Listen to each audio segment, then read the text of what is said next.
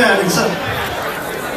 尊敬嘅僑團各位領袖、親愛嘅嘉賓、老師們、朋友們，大家晚上好。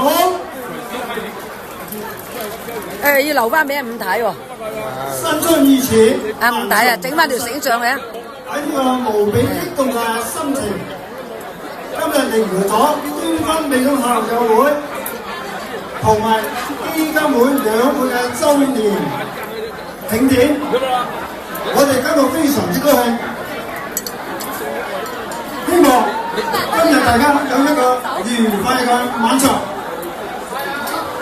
首先，請我代表兩會對大家嘅努力表示熱烈嘅歡迎同埋衷心嘅感謝。